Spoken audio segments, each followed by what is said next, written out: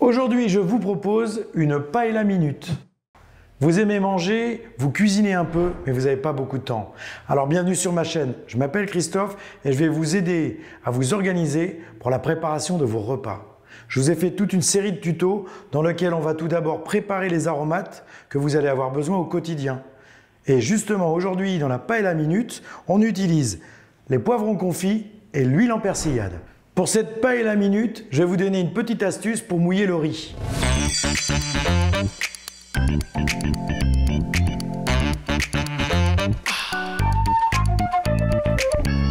La petite astuce pour le bouillon de tomate à la crevette. On va faire un bouillon de tomate avec des crevettes crues. Ça va permettre de voir un bon bouillon qui a du goût.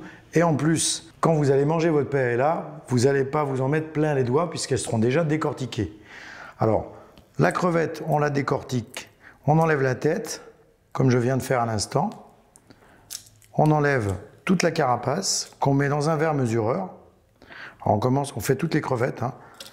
Voilà, là j'ai fait une recette, on est pour 2 personnes environ, donc on a deux crevettes chacun. Voilà, carcasse, je garde la petite queue, ça permet de la prendre quand vous allez manger la paella.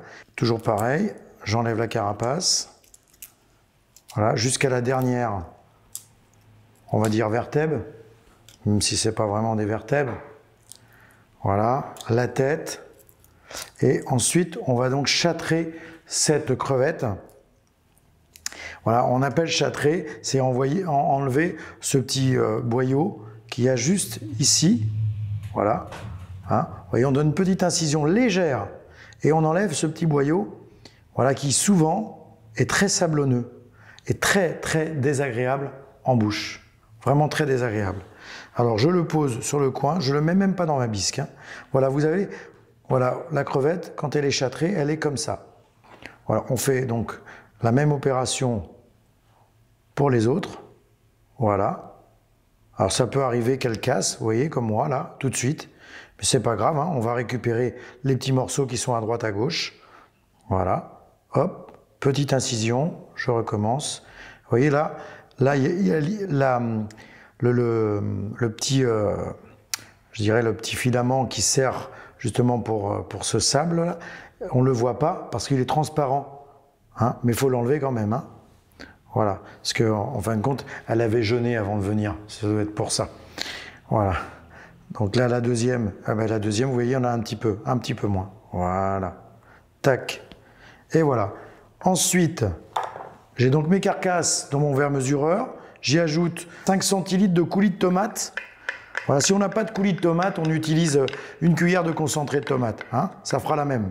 Je vais mouiller avec de l'eau, tout simplement, voilà, à hauteur des carcasses, voilà.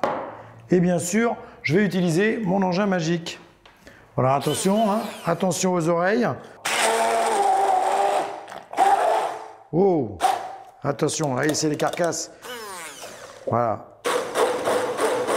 Voilà, vous voyez, ça en fait un petit peu partout. Ça, c'est les incidents du direct.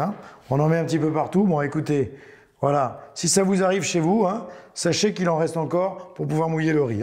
Voilà. Donc une fois que c'est fait, on a concassé, on ne les a pas mixés complètement, on a juste concassé. Ce qu'on veut, c'est récupérer le corail qu'il y a dans la tête. On le passe au tamis, vous voyez, on passe donc tout ça au tamis, voilà, et on récupère que le bouillon. Pour la préparation de la paella, normalement, vous auriez dû utiliser une poêle à paella qui s'appelle la paella. C'est comme ça, c'est pour ça qu'on appelle ça la paella. Aujourd'hui, moi je vais l'utiliser dans la cocotte parce qu'on n'a pas tous une poêle à paella. Voilà, et vous allez voir que même avec une cocotte, on peut avoir une paella sympa, qui a du goût. Parce qu'avec quelques petites astuces, on arrive quand même à donner du goût, même si ça culotte pas au fond, puisque c'est l'intérêt de cette fameuse poêle à paella. On va commencer par démarrer avec les poulets. Donc morceaux de volaille, moi j'ai choisi du poulet, de préférence cuisse ou contre-cuisse ou haute cuisse. Vous saisissez côté peau pour avoir de la couleur. Voilà, on saisit bien côté peau, ça va aller assez vite. Et contrairement à une paella classique où on va saisir tous les morceaux de poisson, etc. Ben aujourd'hui, nous, on a on a grillé un petit peu ce temps-là avec notre petite jus de crevette. Voilà, ça va nous permettre de gagner du temps. Et ce qui nous manque, c'est le goût de la viande. C'est pour ça que je fais saisir les morceaux de volaille pour donner le sucre de la volaille. Voilà. Alors une fois que j'ai bien saisi mes volailles, je les récupère, je les dépose dans une assiette sur le côté. Je vais les rajouter, elles ne sont pas cuites, elles sont juste saisies. On va maintenant ajouter 2 cuillères d'huile à persillade dans le fond. C'est comme si je mettais des oignons, puisque dedans j'en ai déjà. 2 cuillères de poivron confit.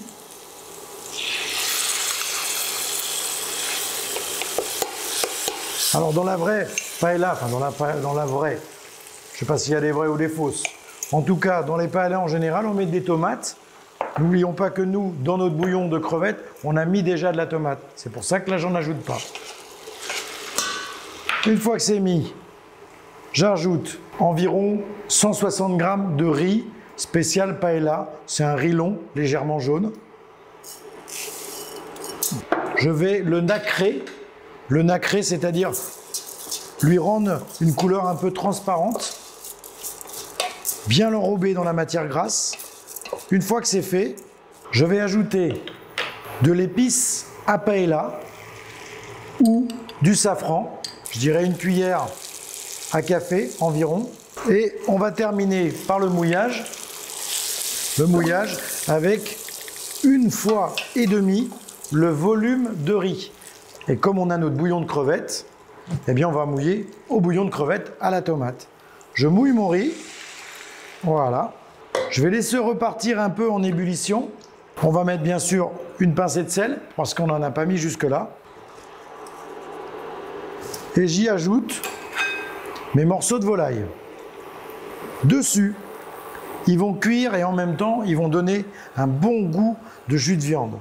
Je vais laisser cuire ma petite paella comme ça à feu doux pendant une bonne quinzaine, 15-20 minutes. Attention, je dis 15-20 minutes, ça ne veut pas dire qu'il ne faut pas y regarder de temps en temps. De temps en temps, jette un coup d'œil s'il y a assez de bouillon, s'il faut en remettre. Allez, à tout de suite.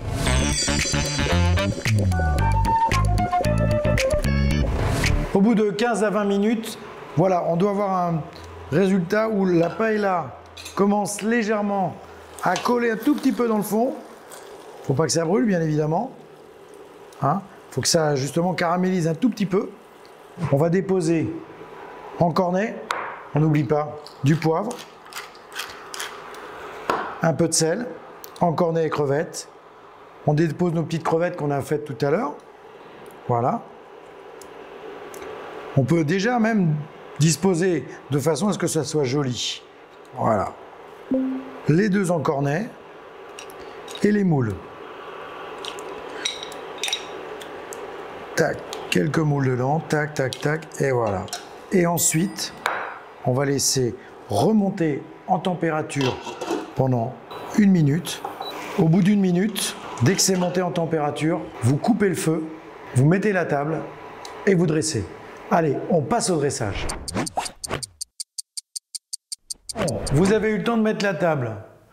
Ça fait donc 4-5 minutes qu'on a coupé le feu et on a posé le couvercle dessus. Vous allez voir, mes crevettes sont cuites et mes moules sont ouvertes. Mes encornets ont juste eu le temps de se recroqueviller un peu. Ils sont juste cuits. Voilà, on n'a pas d'une surcuisson du coquillage et de la crevette. Ce qui est très désagréable quand on mange une paella, souvent, c'est le côté où c'est trop cuit. Moi, ça me dérange vraiment beaucoup. Là, vous allez avoir des coquillages qui sont cuits pile poil, des crevettes juste cuites, donc elles vont encore rester moelleuses, pas farineuses.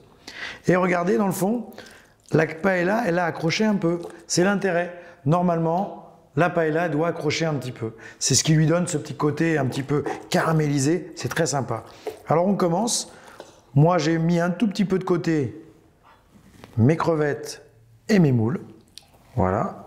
Je vais commencer à dresser le riz dans le fond de mon assiette.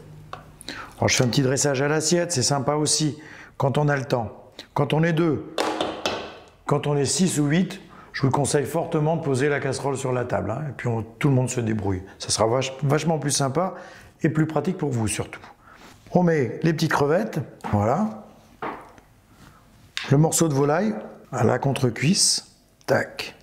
Le petit encornet, vous voyez, il est vraiment cuit. Et pourtant, j'ai juste mis feu éteint.